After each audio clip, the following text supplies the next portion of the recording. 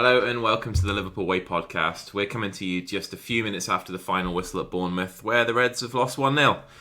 After the joys of last week, we turned in yet another away day stinker against a team so bad that they were below Everton in the table, 2 hours ago? Even the gift of a second half penalty couldn't rescue a dismal performance that ranks among the worst we've seen this season. I'm Chris Smith and I'm joined by John Gallagher and TLW editor Dave Usher for what will hopefully be a short and sweet one. Dave, we were talking in the week about trying to follow up the United podcast with the good one. So, all of the new listeners we attracted after that result stuck around. But the boys have screwed us over good and proper there. Yeah, big time. Oh, God. I mean, it's from the sublime to the absolutely fucking dog shit. I mean, that today is like...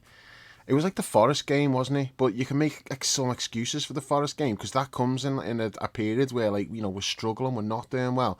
We were supposed to have put all that behind us. Even prior to last week, we were improving. It was like little baby steps, but we were going in the right direction. And then, obviously, you take a massive leap forward last week with that game. And then you just go back to that today, which was just fucking pitiful. I mean, we started off well. First 20 minutes was good. Then, as usual, once that little initial flurry drops, then we start to look like a little bit vulnerable. And we just never got it back. I mean, the second half was an absolute just clusterfuck. I've got no idea what we were doing. And part of that comes down to, Klopp's changes, because I don't know what he was doing there. It was just, throw as many forward players onto the pitch as possible. And we ended the game with one midfield player. I mean, I don't know what was going on. It was like the whole thing was just awful. There's, no positives to take from any of it, to be honest. And I think... It's a little bit concerning because things that we were pinning our hopes on, for example, we'll be better when we get Virgil and Canati back playing regularly, settled back four. Now Fabinho's playing well again, and we've had all that, and the defence was just awful in the first half. Virgil was all over the place. I thought he was better in the second half, but first half he was just doing some un-Virgil-like things.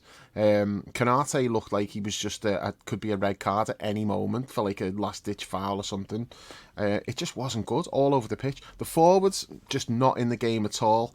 Other than the first 20 minutes when we looked bright. After that, it's got to be Mo's quietest game ever. I think I might have said that after Forest as well, actually. But again, so many similarities. Bournemouth just looked at the Forest blueprint and they just did the exact same thing and it worked. It's it's really disheartening. Mm-hmm. John, just before we came on, the word you used to describe this was inexplicable. But unfortunately, you're sat in the chair now where you have to try and explain it. So, I mean, what's your take?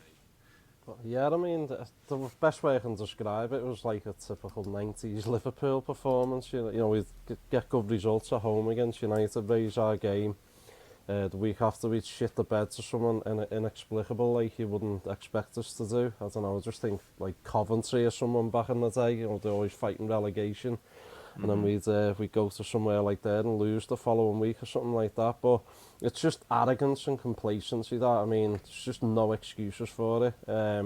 As Dave said, we got off to a good start. We've had a week to prepare for that game. The players would have been bouncing in training, positive, attitudes around the training ground, positive vibe after last week and that. And then to turn up and perform like that, I'm just absolutely lost for words. I just can't explain any of it. And Bournemouth are rock bottom, and I don't think they'll have an easier game this season, to be honest with you. They were comfortable in what they did. They never looked like they were, under any... we obviously had more of the ball and stuff, but, they were comfortable letting us have the ball and, breaking occasionally and, getting out sort of up the pitch kind of thing. But I honestly just lost for words at that. And the Forest game earlier in the season, you can make allowances for that even more so than today because, as Dave said, we were struggling. We had a guffle of injuries at that time as well. We were just really unsettled looking. But apart from Diaz, I mean, that's Thiago probably... as well. Thiago maybe. That's our strongest 11 there.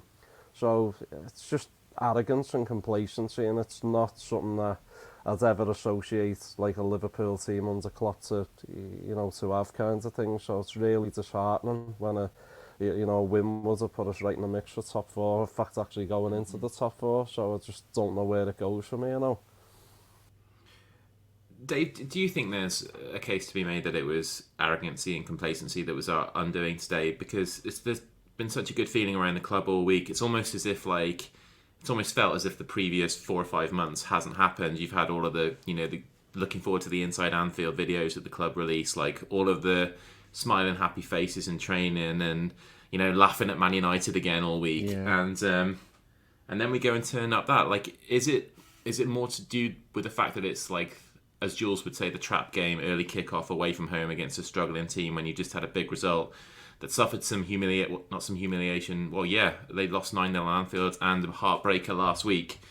Is it just that it all added up to just a disaster for us, Yeah. or was there some complacency there? I think it's both, isn't it? I mean, it has to be both, because you've got to be prepared for that. All the things you just mentioned there. Klopp will have been saying all that to them. Look, you beat them 9-0 last time. They're going to want revenge for that. So they're going to be right up for it. They're battling to stay in the league. You've already lost twice to teams who were fucking 20th when we've played them. Let's not forget that. That's the third time this season we've lost to the team that was bottom of the league. Leeds beat us and Forest beat us.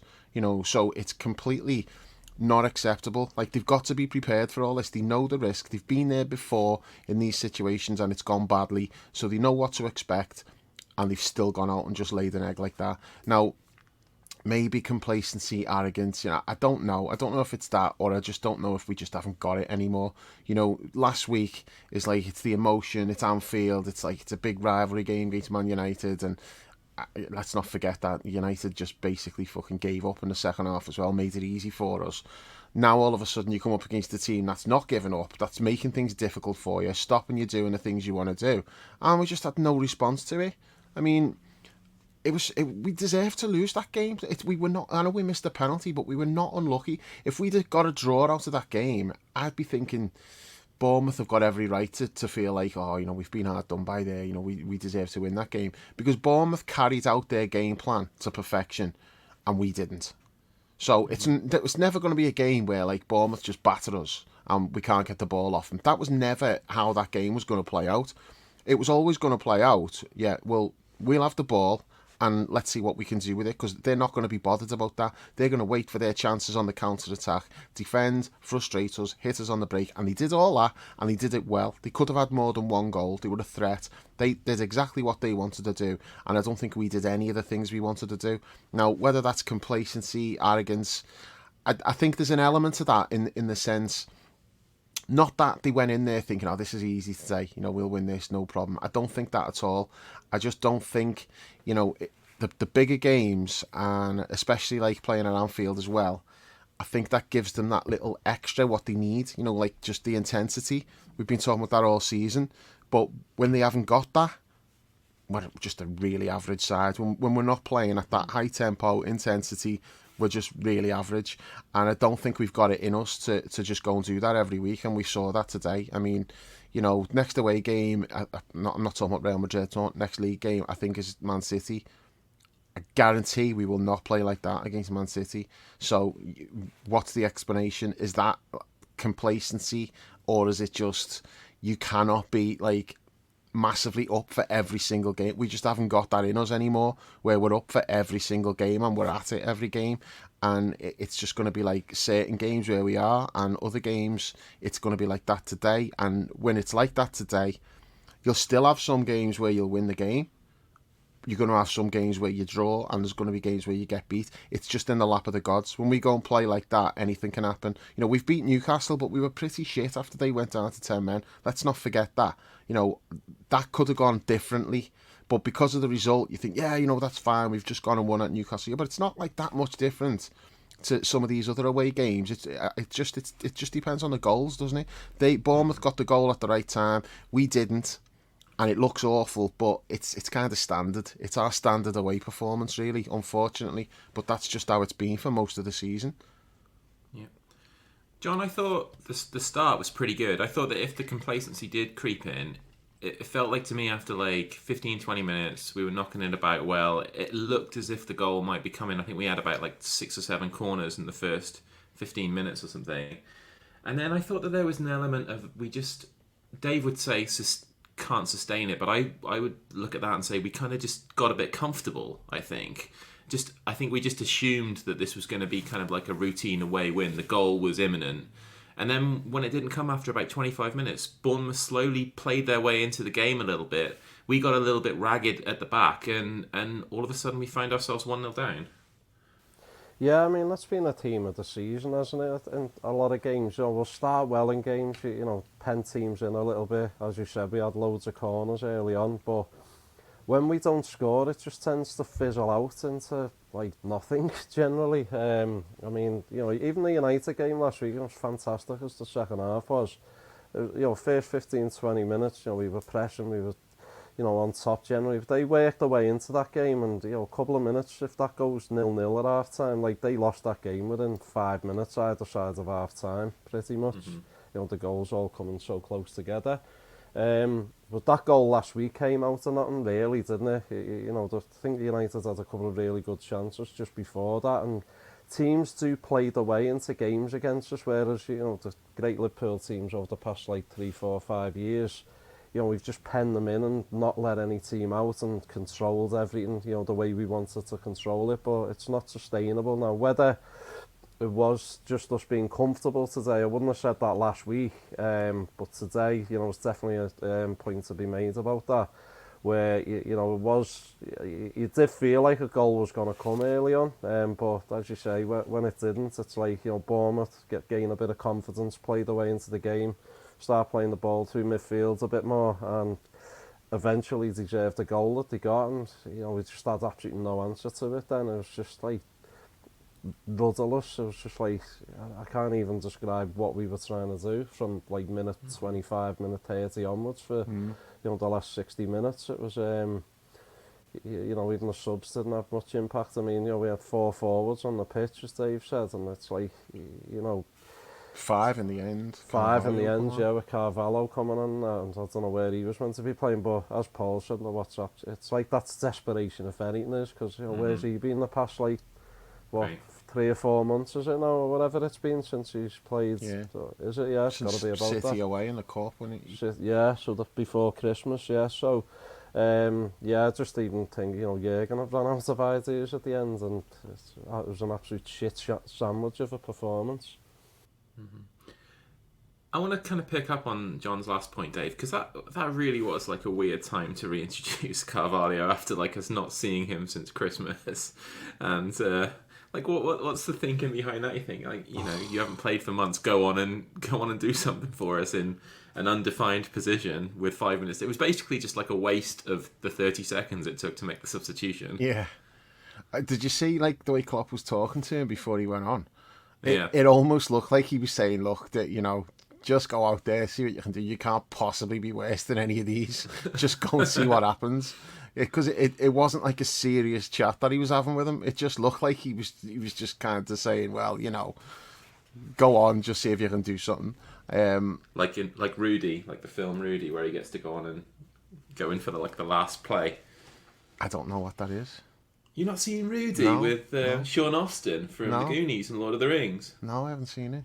He's Rudy. He plays college football for Notre Dame, and he's basically he's in the squad, but he never ever gets a game. And in his last game, he gets to go on and he makes a tackle in the last play of the game and wins them the game, and everybody puts him on his shoulders and carries him off the field chanting Rudy. It's classic.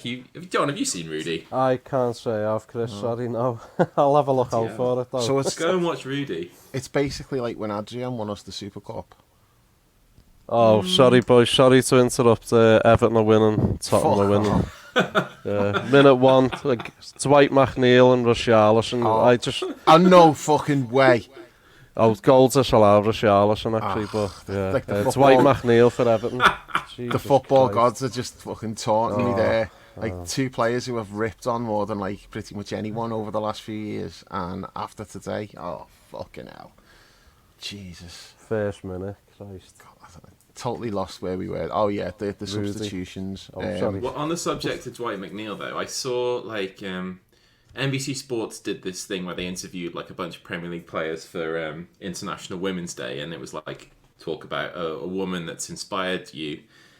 And Dwight McNeil just sounds like the world's most vapid, dumbest human I've ever heard in my entire life. He's just like, oh, Serena Williams is really good. And that was basically the sum total of what he had to say. It was just atrocious. And you had someone come on and go, oh yeah, Annika Sorensen, she was amazing, just seeing her so dominant over everybody else in the field.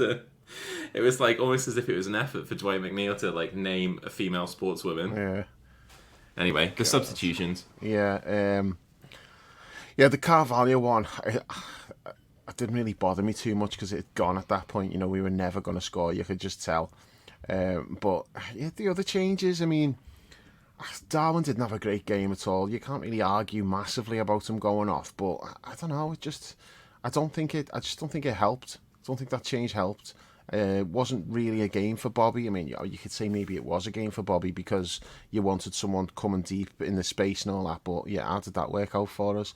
Nothing against Bobby either. There was just too many players back there. And then when you end up like trying to play 1-2s through the middle and that, and I'm like, no, just fucking get round the back, get wide with Robbo and Trent.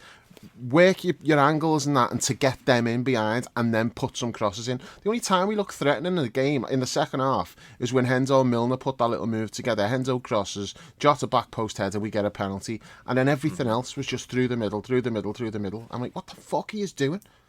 And the substitutions didn't help with that. But the whole thing, it's like I don't know what was going on with any of it. I didn't like the substitutions to change what we were trying to do. Yeah, it was shit and it needed changing, but not changing like that. I suppose the only thing that I can say is I thought Jota was quite a threat. Jota looked lively.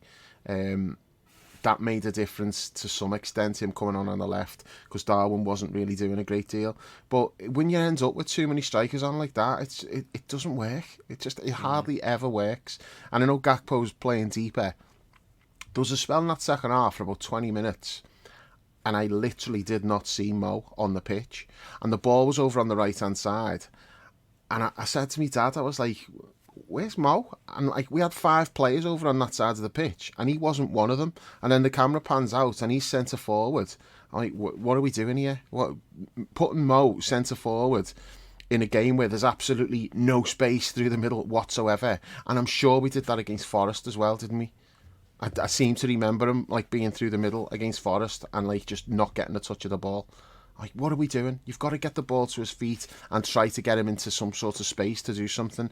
And he was absolutely invisible. And it's easy to say, you know, Mo was shite. And relatively speaking, he was. But most of that's not even down to him. It's just we did not get him the ball in any kinds of areas where he could do anything. I just thought, like, the whole approach was just completely bizarre. John, Dave mentioned that Jota comes on and he wins us the penalty. It's unfortunate. I mean, it's a definite handball. Like he kind of, I think he knows what's coming and he moves his arm towards the ball like he's protesting that what am I supposed to do? But I thought there was a definite move towards the ball after he jumped for the initial header. It's a shame for Jota because obviously it's going in the back of the net unless he does handball it. But penalties, one of the worst penalties I've ever seen. Yeah, I mean, it's quite ironic, isn't it? Because I've seen a bit of a narrative this week where on Twitter a few times about the last penalty Liverpool had. I don't even know when it was, but you know, it was nails on. We get one today after that, and then I didn't fancy Mo to score just because of the game it was, and you know, he was ineffective. He wasn't involved in the game, and I thought, you know, he was destined to miss, really. I just don't know, obviously he's trying to place it in the top corner and that, but situations like that, it's just better to, you know, go low, you know, try and place it in the lower corner. But it was, yeah, I just found it quite, you know, ironically, you know, sad that, you know, the narrative this week was with the lack of penalties we've had in recent months or whatever, and we get one and then that happens. Like, you couldn't make it up, really. It's just absolute, in this, like, banter season that's going on at the moment. Yeah. I think that was our first pen in 34 games. Was it? Well, there 34 you go, league games, yeah. Yeah, well, there you go. And, you know, and then for us to miss it, I mean, if the keeper saves it, it's one of them, you know, it's like, that can happen, but for it to go as like high and wide as it did, you're just like, Christ, it's, you know, could you make that up after, all the talk this week about lack of penalties? And the week that Mo's had, breaking the record, and everyone talking about how he's like one of the all-time greats and this, that, and the other, and then he follows it up and he has a game like that and he misses a penalty. It just sums up the season. Absolutely, yeah. It's one of those, Dave, once you miss the penalty, then you know it's just not going to be your day, and you can basically hang up your hat and say, like, we're not getting anything out of this today. Yeah. Did we even have, like, we had Gakpo with that shot over the bar at the end. Other than that, did we even have any kind of threat? The keeper's not made a save, has he, apart from the one from Jota at the start of the second half. We've not even forced him into a save, which, it's scandalous, it really is. It's weird though, as bad as it was. I think if Mo scores that penalty, I think after what's happened, I think Bournemouth, I read somewhere of like, they've give up more leads than anyone. Yeah, they have. It's like 20 odd points or something they've thrown away. So I think we probably would have gone on and won. Especially after what happened to them at Arsenal last week. 2-0 up it, whatever it was, 20 odd minutes or so left. There's a chance we, could have gone on and won it, but it was just one of those days where, nothing went right, and it was destined to end up the way it did. Yeah. I mean, I never fancy Mo on penalties, to be honest. I know he has a better record than most, and generally puts him. His run up and everything it just feels unconvincing to me, and I never really fancy him to score. More often than not, he does, and proves me wrong. But yeah, you've always James said Milner that on the pitch by that point. Milner had always just come on, but yeah, you've always said that about Mo. Yeah, I know what you mean, but he'd won me over because I used to feel like that, and then he won me over. I'm like, no, he knows what he's doing now. But recently, it's been a bit, even ones where he scored, some of them are a little bit like, I don't know about that.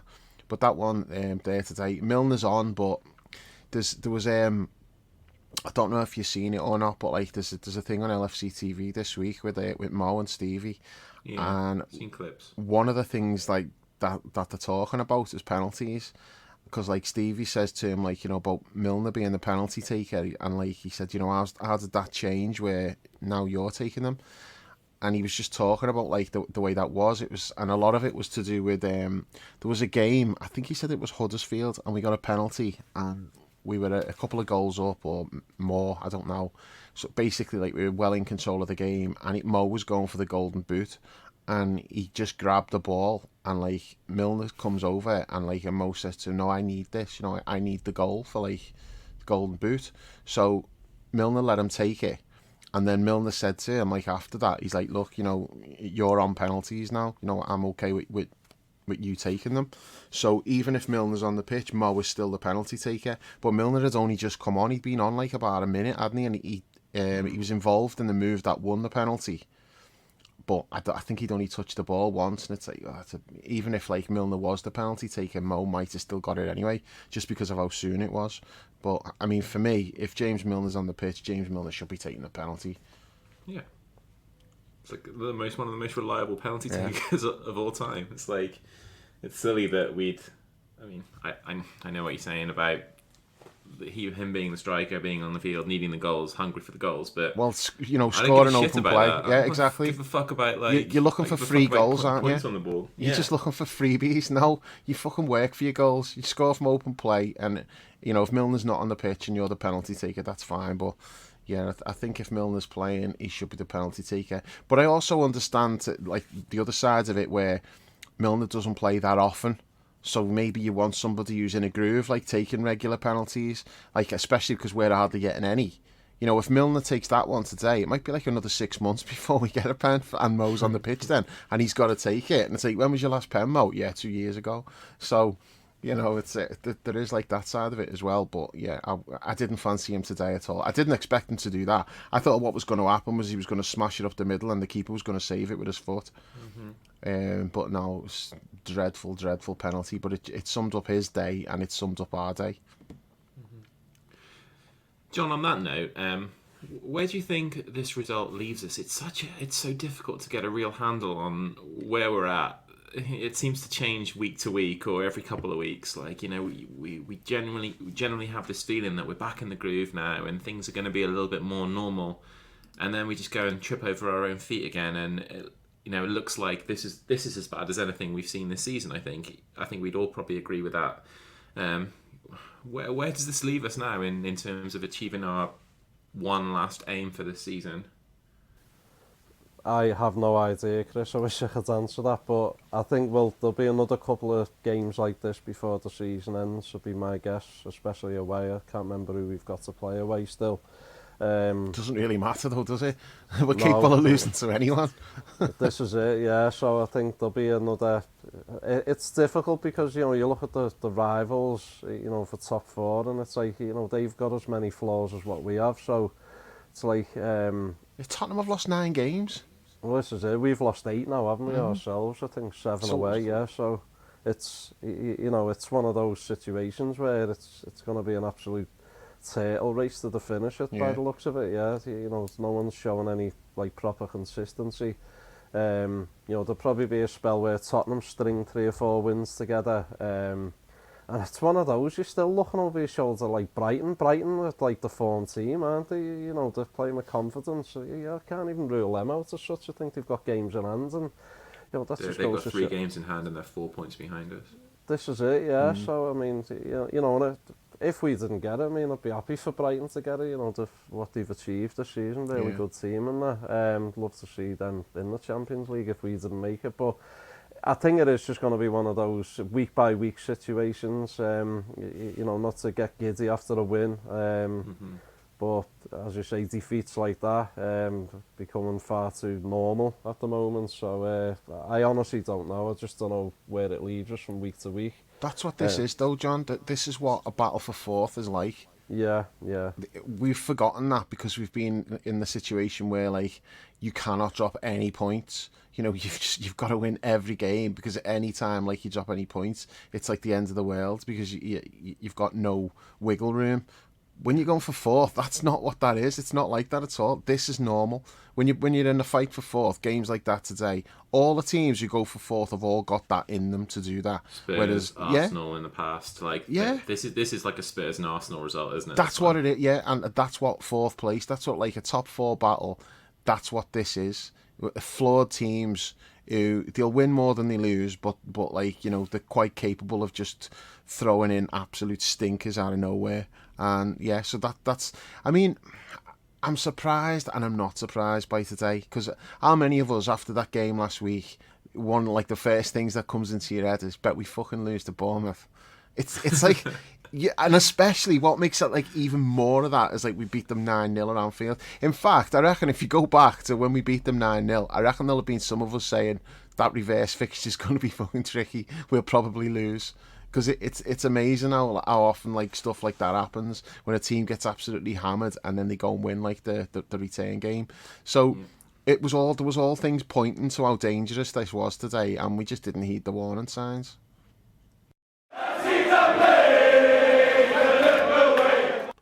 You can subscribe to the Liverpool Way podcast on all the major platforms, whether it's Apple, Google, Spotify, Amazon or Podbean. Just search for the Liverpool Way, leave us a review and hit subscribe to automatically receive all new episodes. You can also head to liverpoolway.co.uk and grab a TLW season ticket for just £3 a month. There's tons of exclusive content, including match reports from every Liverpool game, weekly Premier League roundups, the TLW diary and access to the members-only forum.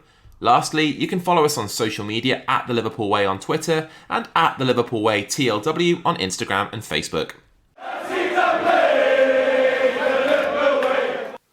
Yeah, it's just one of those, you look at it, we smacked them 9-0 early in the season, and you thought at that point they are like going to be the worst Premier League team. Like, they look so far out of the depth. I mean, we didn't like have to do it. It was so easy for us, obviously. I think we were like 4-0 up at half time or something like that. But like, you look at it today, obviously they've improved. They look well organised. But as I say, they won't have many easier games than that this season, I don't think. They kept a clean sheet relatively comfortably. It wasn't those the keeper had to make loads of great saves. The saves he did make were pretty mundane, run-of-the-mill saves as well. So, even a week ago we spanked United 7-0. It's like, how can that happen? But as Dave's just alluded to, this is what 4th-place teams generally can do. And, it's one of those where, we've got Arsenal, City and Chelsea coming up.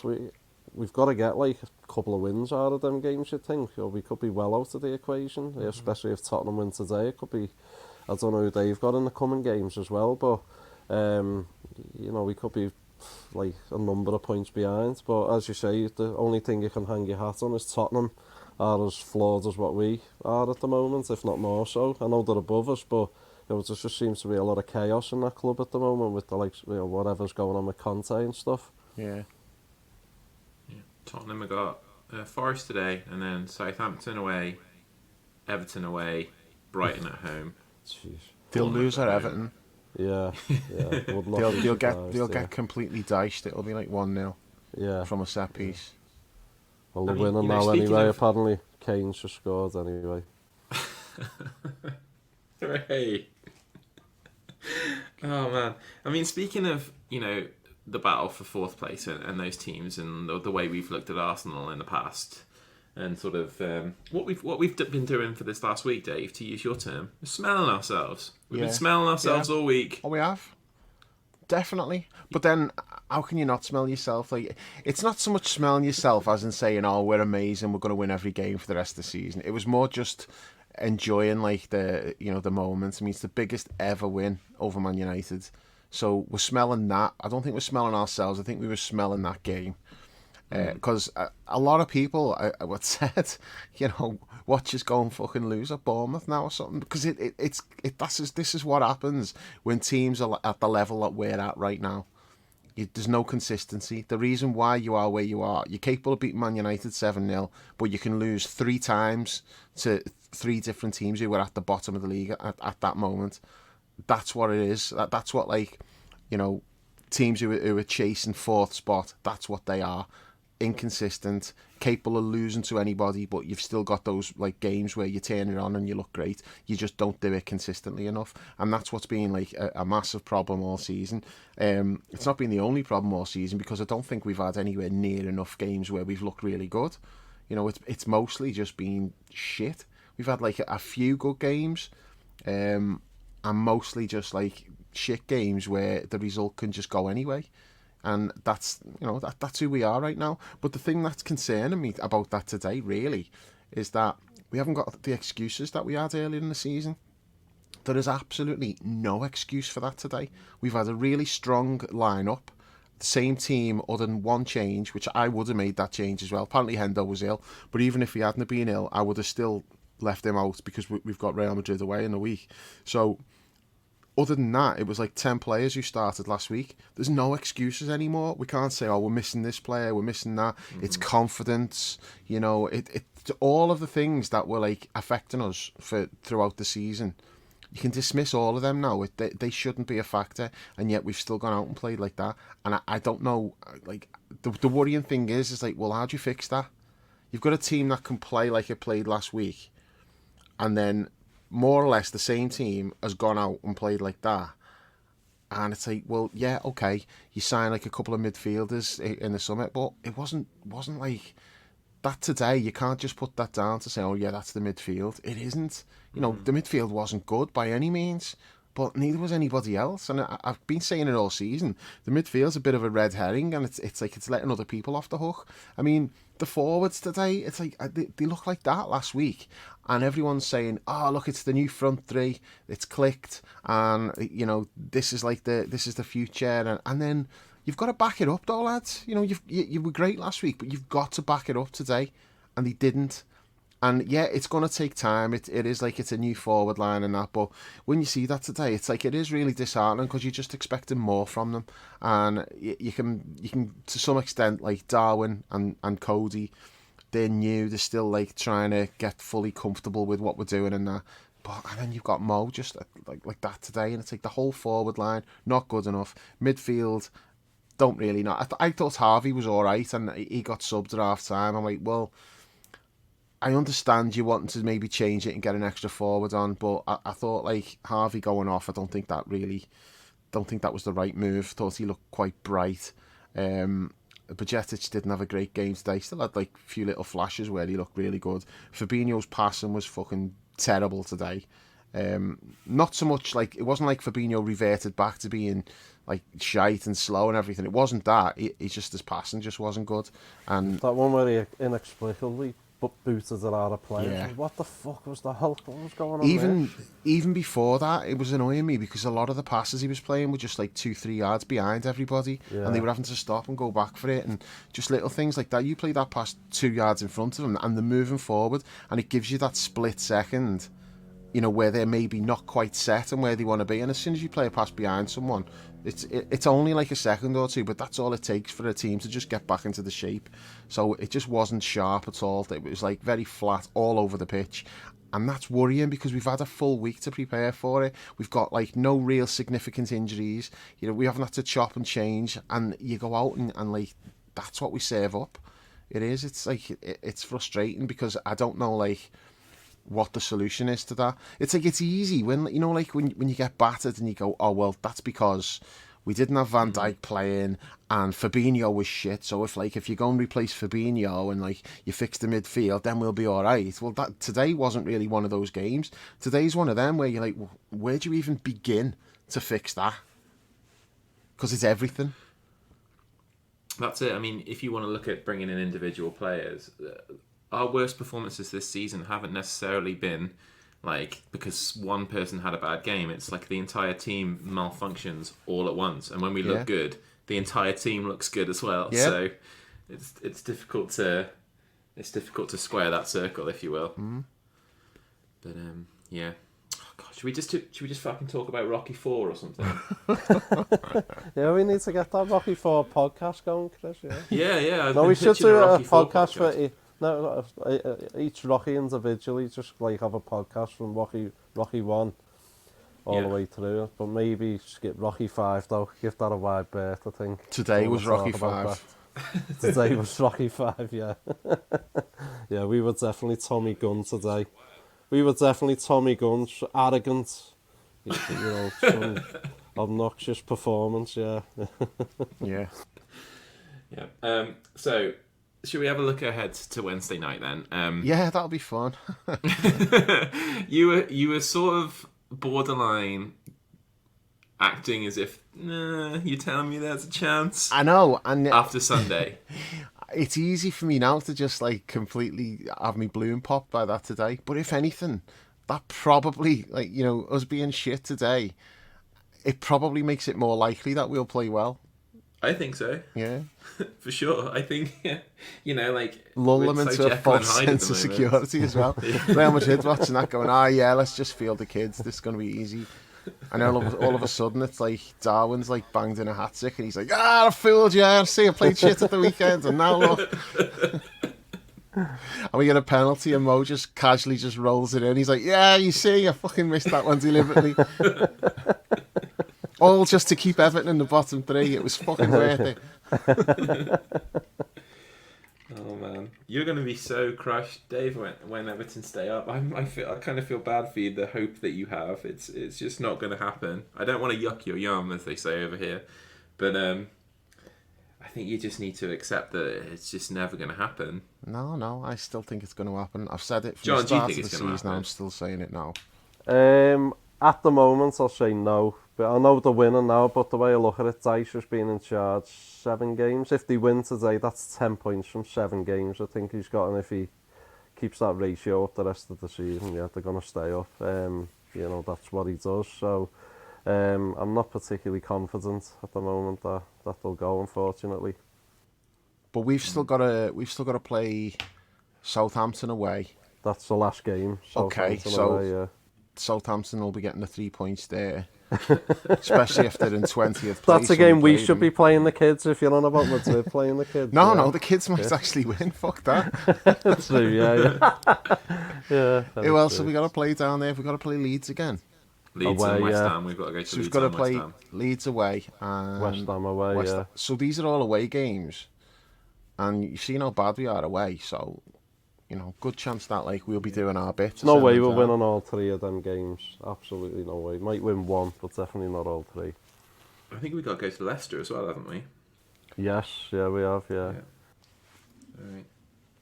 So maybe we can still contribute Maybe we in a should be. significant way. Maybe we should actually be looking over our shoulders and see, because we're just putting all these games down, away games as defeats. It's like, well, how many points are we going to be on if we lose all of them?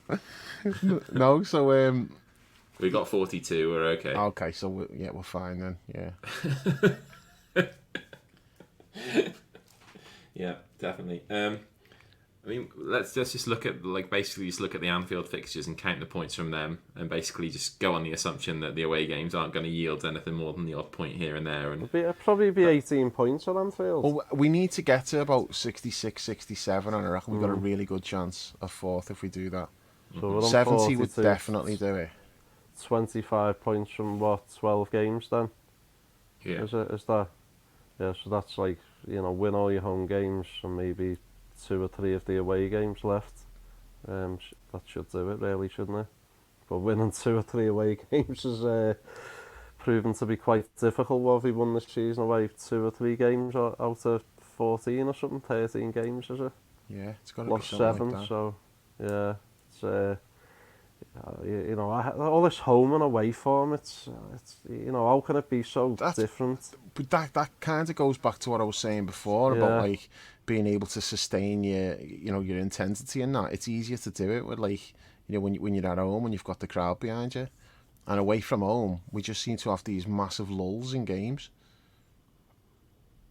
And that's mentality as well. At home, it's the mentality, at home, John. we get away with it. We get away with it at home, because as you say, it's Anfield, it's different. But teams are on the back foot more. Whereas when they get a chance to counter attack at home and they've got the crowd behind them, and so like they'll fly forward trying to take those opportunities, and we get caught like far too often like that. But I suppose like it comes down to like resilience and like mentality. right. We used to flawed thrive in these teams go situations. are vulnerable away from home. Like we stink of like Arsenal, like not this season's Arsenal, but right now we stink of what we've seen from Arsenal for years. They would go games like that today. You'd look at that and go, yeah, Arsenal's probably going to get turned over. They'd lose away at West Brom or Bolton or something like that. Yeah, if Arsenal have a big win, the next week they're playing someone shit, you would always look at that and go, yeah, they're going to get turned over there, and invariably they will, and that's us now. But that's Tottenham as well, isn't it? As you say, that's Spursy, Tottenham as well. yeah. Yeah, Spursy, yeah. It's for you, Dave. This is like an 80s movie, like starring Tom Hanks or something, where like there's a guy and he's like super arrogant. Not saying that you're super arrogant, but he's super arrogant, and his punishment for his sins is being turned into the thing that he hates most. Dave Usher is now Arsenal. Yeah. They've turned me into troops. Oh, Jesus. Oh, God. Well, I think that makes Paul tied then, doesn't it? I think Paul's tied then, isn't he? Yeah, Mr. Positive. Yeah, Mr. Positive, yeah. Oh, Brighton are winning now as well, by the way. Oh, great. Yeah, sound. All of the results, every single one of the results are going against us now. Like Everton are winning, Brighton are winning, Chelsea are winning, Tottenham are winning. That sucks, man. Jesus wept. It's not a good day So, far. Wednesday night, right? John, how would you approach this game? Just sort of like go gung ho and see what we can do in the first 20 minutes, like we did against Barcelona, or Fuck no. I think I would.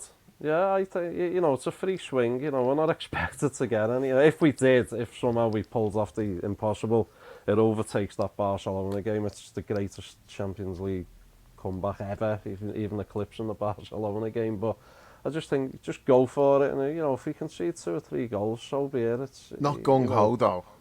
I would. I'm not saying to. Oh no, you just see Vinicius Junior on the counter attack. I mean, I'd be patient to start with. Try to get the first goal, and then see where you go from there. Yeah. If we're 1-0 up at half time, I'd probably take that. Just get to half time 1-0, and then just see what happens from there. That was the score in the Barcelona game. I know that was at Anfield, but from what I know, recent results, Madrid aren't scoring many goals all of a sudden. So you just never know, do you? Just get that first goal and see how the game progresses. It could be like a like a dodgy decision or whatever, you just don't know what's going to happen, do you? If there's any dodgy decisions, it's not Well, it going in won't be our going. favour. Yeah, that is a fair point. Yeah, Mind you, yeah. like Real Madrid are at war with UEFA as well, aren't they? So Yeah, they told them to stick the refund up their Yeah. asses, didn't they? Which was Yeah. which was nice. yeah. So Um, I don't know. UEFA would be I quite think- happy for both of us to get knocked out. Yeah. I think there's going to be some drama. I'm not saying we're going to go through, but I think there'll be some drama. I think we'll find ourselves 2-0 up, chasing, like knowing one goal can take it to extra time. I don't think we're just going to go quietly into the night and it's just going to be a foregone conclusion. I genuinely think that come 60, 70 minutes on Wednesday night, we'll be in a situation where we might do this. Yeah. I don't think we will. I think eventually they'll emerge from it and go through. But I do think there's going to be some drama and we're going to make a fuss and make a stink. I could see I'm that. just trying to think. The last game when we had the first leg at Anfield and we were losing, I think it was Chelsea. Yeah, I was just going to bring that one up. 2009, and I think we were almost we pulled lost that the off, first didn't we? leg. Yeah, it ended up a 4-4 draw, I think, but we actually got it to extra time, I think, didn't we? And I think Chelsea scored Yeah, we in were extra like time. But one goal away from doing it. yeah, because we lost the first leg 3-1, and I think we were like 2-0 up early on away at Stamford were. Bridge in the second leg. And he thought, oh my God, game on. So, you know, look at it from that perspective, anything's possible, isn't it? But I don't expect us to go through, but I do agree with Chris, what he's just said. I wouldn't be surprised if we rattled some cages kind of thing and made Madrid nervous with some situations as well. Make them work for it and get them white hankies out. You know, because that Yeah. that home crowd will just turn against them if things aren't going well. Not that Yeah. it'll impact them players because they're so experienced now. They've dealt with everything. They don't panic. They'll just come through. Like, you know, if we had them rattled, like Chelsea were 3-0 up last year, and they were on the brink of going out, but they managed to overcome that and just get the job done. So we know what they are, and it's going to be like, it would be the biggest upset in Champions League history if we did it. But just give them a scare. That's all I want. I want to just go there, give them a bit of a fright, and see what happens. Yeah. It's not like we're incapable of doing it either, because in that first half a couple of weeks ago, we could have quite easily found ourselves Yeah. like 3 or 4-0 up after 20 minutes or so. If we can just repeat, I know we don't have the power of Anfield behind us in that game, but if we can just go out and repeat that performance, then we definitely have it in us to make a tie of it heading into like the latter stages of the game. Like, I just think Liverpool in the European Cup, there's always some sort of drama. We rarely go quietly. And a lot of the time we don't go at all. So, like, we've overcome the improbable before, and I don't see any reason why we can't go there and at least give them something to think about. Yeah, that's all we can hope for, and then anything above that's obviously a massive bonus. But I just want us to go there and play well, give them a scare. Yeah, definitely. You probably go with the same team that started today, John? make I'll some probably changes? bring Hendo. Jota in. Henzo. I'll probably start with Jota. Just, you know, he has looked sharp. I think he looked good against Wolves when he came on. In place know, of who, look- though? Who are you leaving out? Yeah. I don't know. I mean, it's Darwin or Cody, I suppose, isn't it? It's a tough question, but I just think Jota's done enough in the past couple of games or so to possibly deserve to start now, and he is quite direct. He could make things happen around the box, so glad it's not my decision to make, but I wouldn't be averse to starting him, but in ahead of who, I don't know. Yeah, I don't know. It's tricky because you could play Darwin through the middle and play Jota on the left. But then in a game like that, I think it's important to have like what Gakpo does, dropping off and picking the ball up deep and getting turned. I think that'll be really important in a game like that. So yeah, I don't know. But then Darwin up there for the ball over the top, you could maybe just counter attack, Trent pinging in passes behind the back four for him to run onto. So I see both sides of it. I just don't know. I think I'd probably leave Jota on the bench and just go with the same three and bring Hendo in for Bajcetic. And other than that, same team. Yeah, I mean, if you're looking at it on merit, though, the same three, don't, I know, that's fair, They yeah. don't deserve to start. Well, at least one or two of them maybe after today. They're just so ineffective. so it's one of those. I'd maybe Klopp might freshen it up and make changes for it. Who knows? Could surprise everyone. Throw a little curveball in somewhere. I think we've seen, like, with some of the subs, like Trent going off today. I think that was a case of, we've got Real Madrid on Wednesday. Let's get Trent off, get Milner on now. Hendo not starting. Now, they said that he was ill, so that would explain it, but I don't think he'd have started anyway, because I think they had Wednesday in mind.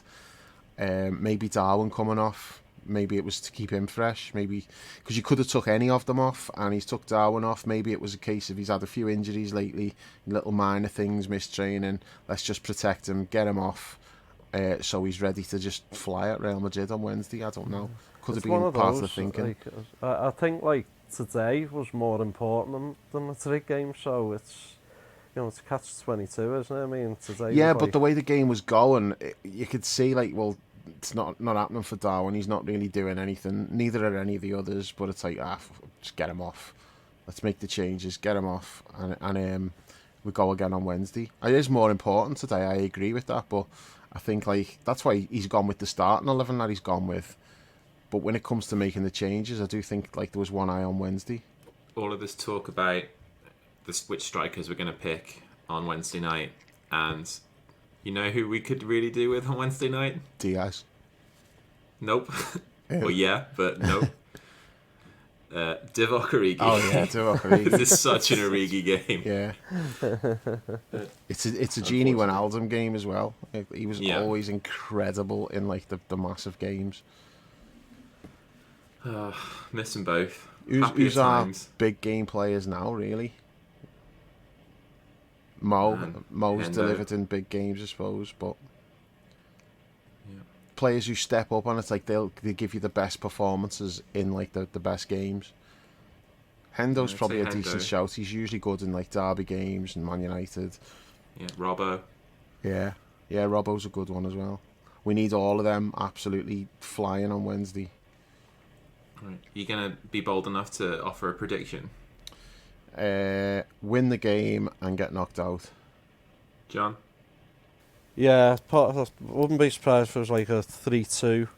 I just think we'll make a couple of mistakes defensively, just inexplicable mistakes. Like today, I mean, what Virgil was doing for that goal, I don't know. But what was that?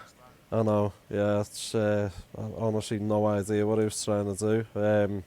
But yeah, I just think, I know we've kept clean sheets in recent games. You could argue that apart from last week, 2-0 Everton. God, I'm going. See you later, boys. Fucking hell. Oh God. Yeah. Jeez. This day just needs to end. I just think we'll make a couple of mistakes, which have been par for the course in a lot of games this season. Even when we're on top and we're in control of games, just someone will have a brain fart somewhere and do something, and that'll probably be what costs us in Madrid. As we well know, absolutely ruthless team who'll punish you for the slightest mistakes, as we well know from not even the other week, just past years. They just like punish any like minor mistake that you make. Even last season on the run to the final. The teams are in control against them and look like they were on the way out. It's just what they do. They're probably the only European team I've got an inferiority complex over Real Madrid. Not just for the number of European Cups, but just they've got our number, haven't they, kind of thing. Yeah, too many scars. Yeah. I think we'll be 2-0 up, we'll be pushing for the third. They'll get one back, we'll score again. But there won't be enough time to pull off the comeback, and they'll squeak through. But we'll win 3-1 on the night. But yeah, so hopefully we can go and cause a bit of a fuss there and make a tie of it, and just see what happens with like 20 minutes to go. Be in the tie with 20 minutes to go. I think that should be the plan, really. Anything else you boys want to add before we call it a day today? No, I just want to forget about footy now until Wednesday. Yeah. That's good. I mean, like, it's quite handy, really, because we can all boycott Match of the Day in support of solidarity with Gary Lineker. Anyway, so. Got to love our players boycotting today's match in solidarity of them as well. Yeah, so we haven't got to watch Match of the Day anyway, yeah. Yeah, there you go. All right, well, I mean, as I said at the start of the show, we had a record number of people tune in after the Man United game, and we can't see there being the same level for this one. But hopefully, if you have come back after that game, you'll stick with us. This wasn't the easiest to do, the most fun. But yeah, hopefully you'll give us another shot. And Oh yeah, hit boys, a little subscribe bit of button. hope. Go on, Sorry, go Chris. Everton goal disallowed. So yeah, 1-0. So yeah, See, things are looking brighter already. things can only get better, as Dareem once sang. Yeah. All right, guys. Yeah, well, I'll talk to you both soon. Thanks for tuning in, and until then, we'll catch you soon.